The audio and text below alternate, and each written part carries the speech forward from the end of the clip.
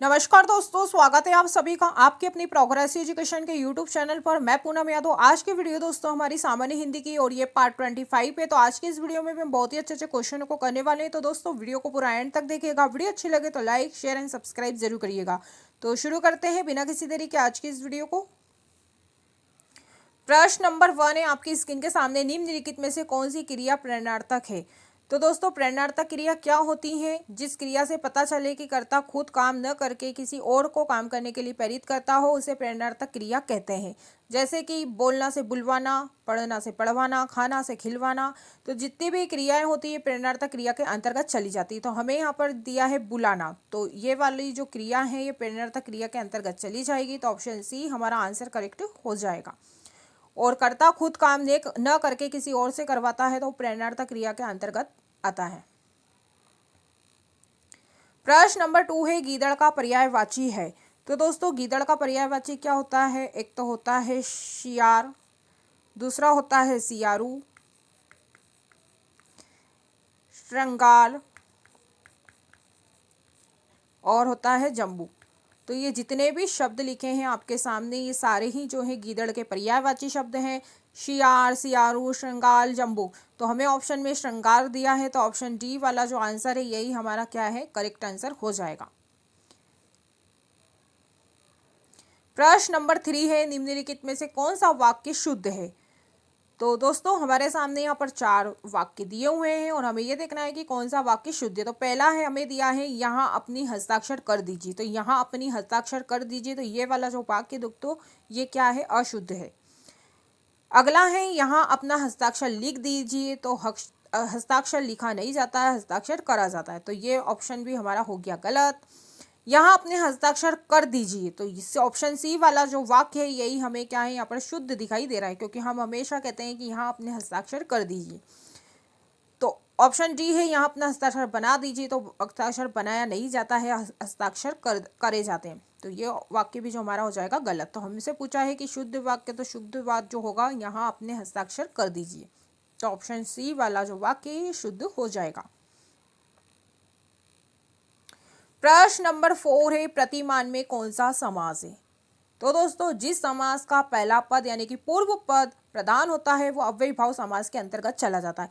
इसकी पहचान होती है कि यदि शब्द जो है, शब्द का पहला पद यदि अनु आ भर, अनु आ भर, प्रति, यथा, यावत या हर आदि से शुरू होता है, तो वो जो शब्द होगा वो अव्ययी भाव समास के अंतर्गत चला जाएगा। तो यहाँ पर हमें दिया है प्रति। तो प्रति में जो प्रतिमान में जो समास है वो अव्ययी भाव समास होता है, और अव्ययी भाव समास का जो पहला पद प्रधान होता है और इनकी जो पहचान होती है यदि शब्द की शुरुआत अनु आ भर, प्रति, यथा, यावत, हर आदि से शुरू होती है तो वो अव्ययी भाव समास के अंतर्गत चला जाता है। तो प्रतिमान में जो समास होगा वो अव्ययी भाव समास होगा। चलते हैं अगले क्वेश्चन की ओर। प्रश्न नंबर 5 है का किस कारक की विभक्ति? तो दोस्तों आप सभी को पता है कि हिंदी में जो कारकों की संख्या होती है वो कितनी है? 8 है। कई बार क्वेश्चन एग्जाम में पूछा जाता है कि हिंदी में कारकों की संख्या कितनी? तो आपको याद रखना है कि हिंदी में कारकों की जो संख्या होती है वो 8 होती है। कौन कौन सी होती है? जैसे कर्ता ने, कर्म को, करण से, के द्वारा, संप्रदान को, के लिए, अपादान से, संबंध, काकी के, रा, री, रे, नानी ने, अधिकरण में, पर, संबोधन, हाँ, है, अरे, हो। तो ये जितने भी होती है दोस्तों ये कारक होते हैं और कारक की। तो हमसे यहाँ पर जो है विभक्ति दी है कारक की विभक्ति की। का किस कारक की विभक्ति है? तो दोस्तों जो का जो होगी ये संबंध कारक की विभक्ति होगी। तो ऑप्शन ए वाला जो हमारा आंसर होगा वो करेक्ट हो जाएगा। अधिकरण कारक की यदि हम विभक्ति पूछे तो अधिकरण की जो विभक्ति होगी वो में पर होती है, में पर होती है। संप्रदान की जो विभक्ति होती है ये को के लिए होती है, के लिए होती है। अपादान की यदि हम बात करें तो अपादान से होती है, इसकी जो कारक विभक्ति होती है से होती है। तो यहाँ पर हमें अभी का दिया है तो का की जो विभक्ति होगी वो संबंध कारक की होगी। तो ऑप्शन ए वाला आंसर करेक्ट हो जाएगा। प्रश्न नंबर 6 से रिक्त स्थान के लिए उपयुक्त शब्द क्या होगा? तो दोस्तों मैंने अपने भाई को डैश भेजा कि सोमवार को हमसे मिलने आना। तो मैंने अपने भाई को क्या भेजा कि सोमवार को हमसे मिलने आना, तो मैंने सूचना भेजी कि संदेश भेजा कि संवाद भेजा या समाचार भेजा।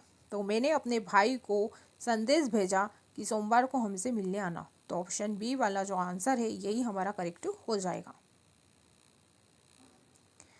प्रश्न नंबर 7 है, निम्नलिखित में से कौन सा शब्द पुल्लिंग है? तो दोस्तों पुल्लिंग या स्त्रीलिंग कभी भी हमें आइडेंटिफाई करना होता है तो हमें उस शब्द को पढ़ना है और उसका प्रोनाउंसिएशन देखना है कि वो क्या निकल रहा है, स्त्रीलिंग वाला है या पुल्लिंग वाला है। तो इनको हम देखेंगे कि कौन सा इस पुल्लिंग है। तो बचपन कैसा है, बातचीत कैसी है, बनावट कैसी है, बरसात कैसी है। तो दोस्तों बातचीत कैसी है, बनावट कैसी है, बरसात कैसी है, इस तीनों ही जो शब्द है ना ये स्त्रीलिंग है। ये तीनों ही जो शब्द है ये स्त्रीलिंग है, क्योंकि इनके बोलने से जो इनका प्रोनाउंसिएशन आ रहा है वो स्त्रीलिंग वाला आ रहा है। लेकिन हम कभी कहते हैं कि बचपन कैसी, हम हमेशा कहते हैं बचपन कैसा है। तो ये वाला जो शब्द है ये क्या है, पुल्लिंग है। तो ऑप्शन ए वाला जो आंसर है करेक्ट हो जाएगा। प्रश्न नंबर 8 है, पीताम्बर में कौन सा समास है? तो दोस्तों जब भी किसी भी समास का ना ही पहला पद प्रदान होता है ना ही दूसरा पद प्रदान होता है, अन्य किसी तीसरे की बात होती है, तो वहाँ पर जो समास होता है ना वो बहुविग्री समास के अंतर्गत चला जाता है। यदि हम पीताम्बर का समास विग्रह करें तो क्या होगा, पी थे अंबर जिसका, अर्थात श्री कृष्ण की यहाँ पर क्या है बात हो रही है। तो यहाँ पर जो है ना ही पहला पद प्रदान होता है ना ही दूसरा पद प्रदान होता है, यहाँ पर किसी तीसरे की बात होती है। तो जब भी किसी तीसरे की बात होगी तो वहाँ पर जो समास होगा बहुविग्री समास के अंतर्गत चला जाएगा। और इसका समास विग्रह जब हम करेंगे तो पी थे अंबर जिसका, अर्थात श्री कृष्ण की यहाँ पर क्या है बात हो रही है। चलते हैं नेक्स्ट क्वेश्चन की ओर। प्रश्न नंबर 9 है, निम्नलिखित में से कर्तवाच्य का उदाहरण कौन सा है? जिसने सिनेमा देखा जाता है, मुझसे पढ़ा नहीं जाता, राजेश से टहला नहीं जाता, रिया ने गीत गाया। तो दोस्तों वाक्य के 3 भेद होते हैं। कई बार क्वेश्चन में पूछा जाता है कि वाक्य के कितने भेद है, तो आपको याद रखना है वाक्य के जो है 3 भेद है। पहला होता है कर्तवाच्य, कर्तवाच्य, दूसरा होता है कर्मवाच्य और तीसरा होता है यहाँ पर भाववाच्य। कर्तवाच्य में कर्ता की प्रधानता होती है, कर्मवाच्य में कर्म की प्रधानता होती है, भाववाच्य में भाव या क्रिया की प्रधानता होती है। तो दोस्तों यहाँ पर जो है हमसे पूछा है कि कर्तवाच्य का उदाहरण कौन सा होगा। तो कर्तवाच्य का जो उदाहरण होगा दोस्तों वो रिया ने गीत गाया। तो रिया ने गीत गाया यानी कि यहाँ पर क्या है कर्म की बात हो रही है। तो यहाँ पर जो कर्तवाच्य जो उदाहरण होगा रिया ने गीत गाया, ऑप्शन डी वाला आंसर जो है हमारा करेक्ट हो जाएगा। राजस से टहला भी नहीं जाता, मुझसे पढ़ा नहीं जाता है, ये सारे ही भाववाच्य के अंतर्गत चले जाएंगे। सिनेमा देखा जाता है। तो दोस्तों जब भी शब्द में नेगेटिव बात कही जाती है तो वहाँ पर जो होगा वहाँ भाववाच्य के अंतर्गत चला जाएगा। तो हमसे अभी कर्तवाच्य पूछा है तो रिया ने गीत गाया, तो ऑप्शन डी वाला जो है हमारा आंसर करेक्ट हो जाएगा। प्रश्न नंबर 10 है, सीमा तेज चलती है, वाक्य में डैश क्रिया विशेषण है। तो दोस्तों क्रिया के विशेषण बतलाने वाले को क्रिया विशेषण कहते हैं। तो यहाँ पर जो है सीमा तेज चलती है, तो क्रिया विशेषण हमें बताना है। तो क्रिया क्या है, चलना है, और उसकी विशेषता क्या है, तेज है। तो यहाँ पर क्या है, तेज जो है ये क्या है क्रिया की विशेषता बता रहा है कि सीमा जो है तेज चलती है। तो तेज यहाँ पर क्या है दोस्तों, यहाँ पर क्रिया की जो है विशेषता है यानी कि तेज चलती है। तो ऑप्शन सी वाला आंसर हमारा करेक्ट हो जाएगा। प्रश्न नंबर 11 है, सिर मुंडवाते ही ओले पड़े, लोकोक्ति का सही अर्थ क्या होगा? काम को बीच में व्यवधान पड़ना, विघ्न के बाद भी कार्य संपन्न होना, काम समाप्त होते ही खराब हो जाना या शुरू में ही विघ्न पड़ना। तो दोस्तों यहाँ पर जो होगा काम समाप्त होते ही खराब हो जाना, उसी को हम कहते हैं कि सिर मुंडाते ही ओले पड़े। तो लोकोक्ति का अर्थ जो होगा काम समाप्त होते ही खराब हो जाना। तो ऑप्शन सी वाला आंसर हमारा करेक्ट हो जाएगा। प्रश्न नंबर 12 है, निम्नलिखित में से अंतस्थ व्यंजन कौन सा है? तो दोस्तों अंतस्थ व्यंजन की जो संख्या होती है वो 4 होती है। कौन कौन से होते हैं? एक तो होता है य, र, ल और व। ये चारों ही जो है अंतस्थ व्यंजन के अंतर्गत आते हैं। इनकी जो संख्या होती है वो 4 होती है।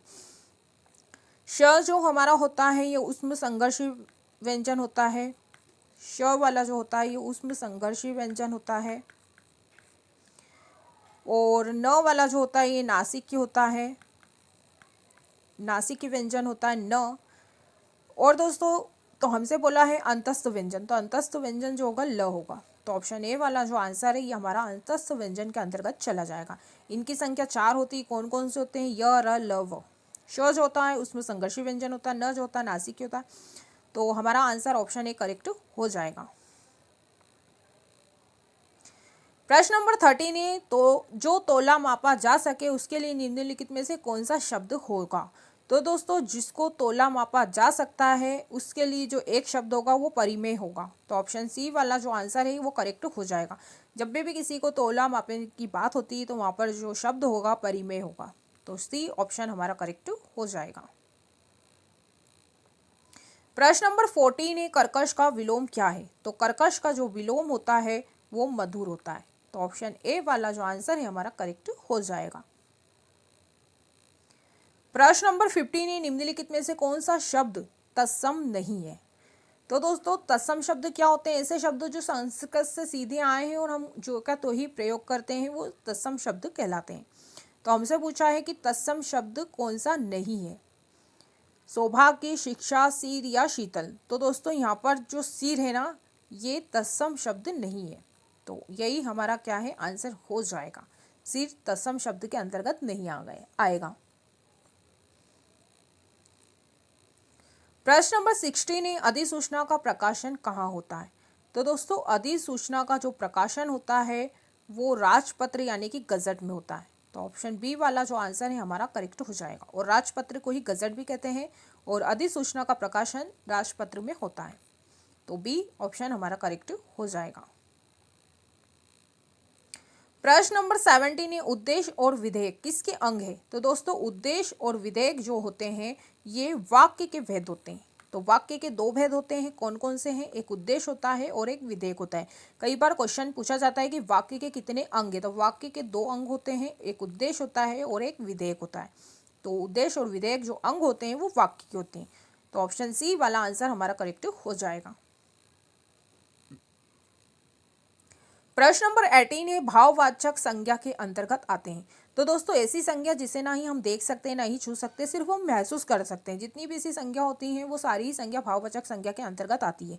तो दिशाएं हम देखते हैं, महसूस कर सकते हैं। पशु पक्षी को देख सकते हैं, छू सकते हैं। आभूषण को भी देख सकते हैं, छू सकते हैं। लेकिन गुण और दोष को ना ही देख सकते हैं ना ही छू सकते हैं, सिर्फ महसूस कर सकते हैं।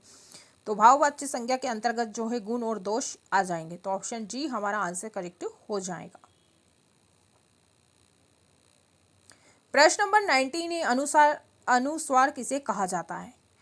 व्यंजन के बाद आने वाली ध्वनियाँ, स्वर के साथ आने वाली ध्वनियाँ, स्वर के बाद आने वाली नासिक की ध्वनियाँ या स्वतंत्र रूप से उच्चारित ध्वनियाँ। तो दोस्तों अनुस्वार किसे कहते हैं? इस स्वर के बाद आने वाली नासिक की ध्वनियाँ जो होती है उन्हें हम अनुस्वार कहते हैं।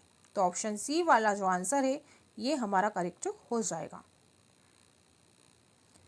प्रश्न नंबर 20 है, जिसका मन दूसरी तरफ हो के लिए एक शब्द होगा। तो दोस्तों जिसका मन दूसरी तरफ होगा उसे हम अन्यमनस्क कहते हैं। तो अन्यमनस्क जो है यही शब्द होगा। अन्यमनस्क का मतलब होता है जिसका मन दूसरी तरफ हो, अन्यमनस्क होता है। तो ऑप्शन जी वाला जो आंसर है हमारा ये करेक्ट हो जाएगा। तो दोस्तों आज के इस वीडियो में बस इतना ही। मैं उम्मीद करती हूँ कि जितने भी आज हमने इस वीडियो के माध्यम में 20 प्रश्नों को देखा है आप लोगों को अच्छे से समझ में आ गए होंगे। यदि दोस्तों आप लोगों को इस वीडियो से संबंधित कोई डाउट होते हैं तो आप लोग मुझसे कमेंट बॉक्स में कमेंट करके ज़रूर पूछ सकते हैं। यदि आप लोगों को वीडियो अच्छी लगी तो लाइक करिएगा, शेयर करिएगा और कमेंट सेक्शन में कमेंट करके ज़रूर बताइएगा कि आपको आज की वीडियो कैसी लगी। यदि मेरे दोस्त ऐसे हैं जिन्होंने अभी तक चैनल को सब्सक्राइब नहीं किया है तो प्लीज़ चैनल को सब्सक्राइब करिएगा। और आप लोग मेरे टेलीग्राम चैनल को भी ज्वाइन कर सकते हैं जिसकी लिंक मैंने इस वीडियो के डिस्क्रिप्शन बॉक्स में दे रखी। तो प्लीज़ दोस्तों आप लोग मुझे वहाँ पर भी जाकर ज्वाइन कर सकते हैं। तो आज की इस वीडियो में इतना ही। मिलते हैं अगली वीडियो में, तब तक के लिए सभी को जय हिंद, जय भारत, धन्यवाद।